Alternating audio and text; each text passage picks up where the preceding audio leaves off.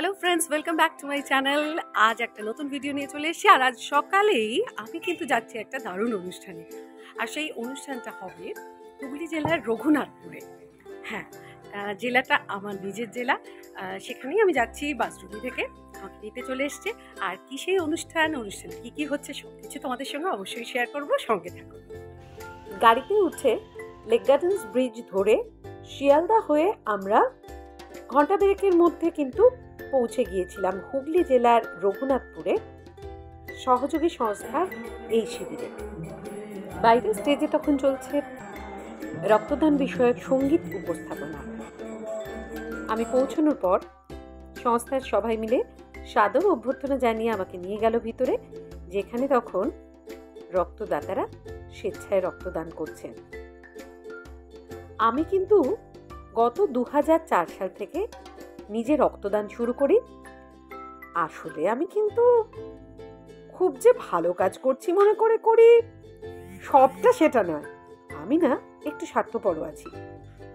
আসলে আমি তো জানি রক্ত যখন দেওয়া হয় তখন আমাদের শরীরের এক্সেস রক্ত, সেডিমেন্টেড হয়ে যাওয়া রক্ত, এগুলোই মূলত দেওয়া হয়। আর রক্তটা দেওয়ার পর 21 দিনের মধ্যে নতুন রক্ত তৈরি হয়ে যায় শরীরে। তখন আমি নিজেও ভীষণ চাঙ্গা ফিল করি, মোটিভেটেড ফিল করি। শিবিরে গিয়ে সবার সাথে বেশ কিছু ছবি তোলা হলো এবং রক্তদাতাদের যে সার্টিফিকেট দেওয়া হবে সেখানে সইও করেছি। আর তারপর ঘুরে দেখলাম যে চক্ষু পরীক্ষা শিবির এবং স্বাস্থ্য পরীক্ষা শিবির ওনারা আয়োজন করেছেন, সেগুলো বিনামূল্যে এই শিবিরগুলোর আয়োজন করা হয়েছে।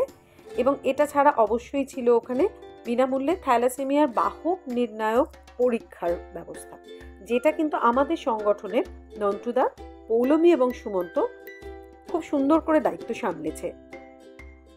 এক্ষেত্রে আমার একটা দায়িত্ব ছিল, যে সমস্ত ছোট ছোট ছেলেমেয়েরা ওখানে ভয় পাচ্ছে এই রক্ত পরীক্ষাটা করাতে, তাদের একটু মোটিভেট করেছি। এরপর মঞ্চে উঠে বরণ পর্ব ছিল। ওখানে উপস্থিত অনেক গুণীজনের মধ্যে আমাকেও বরণ সেরেছিল এবং স্মরণিকা প্রকাশ করা হয়েছে। আমি নিজে ব্যক্তিগতভাবে মনে করি মানুষের জীবন থাকতে রক্তদান হলো সব থেকে বড় দান। আর জীবনের পরে তখনও কিন্তু দান করা যায়। সেটা কি করা যায় বলা যেতে পারে? কেউ বলবে? একদম ঠিক বলেছেন, মরণোত্তর চক্ষুদান এবং দেহদান। গত 2000 সাল থেকে শ্রীরামপুরের রমেশ চন্দ্রদেব স্মৃতিরক্ষা সমিতি সমাজের দিক থেকে থ্যালাসেমিয়া নামক মারণ রোগটাকে নির্মূল করার জন্য কাজ করে চলেছে। তো সেই ক্ষেত্রে আমায় যিনি হাতে করে দিয়েছেন, আমার গুরু আমার সামনে দাঁড়িয়ে রয়েছেন শ্রীযুক্ত নন্টুদেব মহাশয়, যার হাত ধরে আমরা কিছু মানুষ জানতে শিখেছি, বুঝতে শিখেছি সমাজ থেকে শুধু নেওয়াটাই আমাদের কাজ নয়, কিছু জিনিস দিতেও হবে। কারণ দেওয়া আর নেওয়া এই দুটোর মধ্যে যদি ব্যালেন্স না থাকে তাহলে কিন্তু কোনোদিন সমাজ তার ভারসাম্য রক্ষা করে চলতে পারবে না। খুব সহজভাবে একটা কথা বলে দিই, দুজন থ্যালাসেমিয়া বাহকের মধ্যে যদি বৈবাহিক সম্পর্কটা স্থাপন হয়, সেক্ষেত্রে কিন্তু 25% চান্স থাকে থ্যালাসেমিয়া রোগীর জন্ম, 50% চান্স থাকে থ্যালাসেমিয়া বাহকের জন্ম এবং 25% চান্স থাকে সুস্থ সন্তানের জন্ম।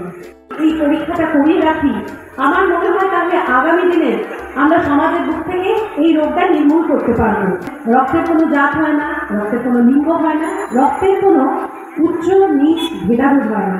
এখন গরমকালে কিন্তু ব্লাড ব্যাংকগুলোতে রক্তের বড় অভাব। তাই জন্যে আপনাদের মতো সংস্থাকে আপনারা আরো বেশি করে উদ্বুদ্ধ করবেন রক্তদানে। বিশেষ করে আমরা কিন্তু একটা সংকেত ইতিমধ্যেই পেয়েছি সীমান্ত পারের যুদ্ধে। আর সেই যুদ্ধে আমরা আমাদের ভারতবর্ষের সাধারণ মানুষকে নিরাপত্তা দিতে কিন্তু এগিয়ে গেছে তারা সেনারা। সেই সেনাকে কিন্তু যে কোনো মুহূর্তে যে কোনোভাবে তারা আক্রান্ত হতে পারে এবং সেক্ষেত্রেও কিন্তু রক্তের অবশ্যই দরকার হতে পারে।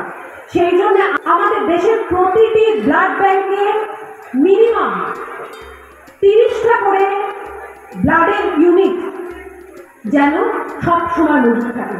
যে কোনো প্রয়োজনে কোনোভাবেই আমরা কিন্তু একজনও এরকম বীর সেনাকে হারাতে পারবো না। এটাই হবে একমাত্র আমাদের মানবতার ধর্ম। এই মঞ্চ থেকে নামার পর আবারও সবার সঙ্গে একটু কুশল বিনিময় করে বাড়ির পথ ধরেছিলাম। কিন্তু আমার এই ভিডিওটা আজ তোমাদের সামনে উপস্থাপন করার উদ্দেশ্যটাও কিন্তু আমার ওই বক্তব্যের মধ্যেই তুলে ধরেছি। সেটা হলো জীবন থাকতে রক্তদান, আর মরণের পরে অবশ্যই মরণোত্তর চক্ষুদান এবং দেহদান।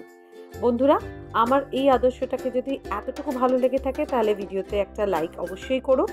কোনো কিছু জানবার থাকলে অবশ্যই কমেন্টে জানিও, আমি সাধ্যমতো উত্তর দেওয়ার চেষ্টা করব। ডেসক্রিপশন বক্সে নাম টু দ্য নাম্বারও দিয়ে দেবো। আজ এখানেই শেষ করছি। যারা এখনো পরিবারের সদস্য হওনি, আমার চ্যানেলটা সাবস্ক্রাইব করে পাশে থেকো আর বেল আইকনটা প্রেস করে দিও। দেখা হবে পরের ব্লগে আবারও নতুন কোনো ভিডিওর সঙ্গে। সবাই খুব ভালো থেকো আর সবাইকে ভালো রেখো। আজকের মতো টাটা।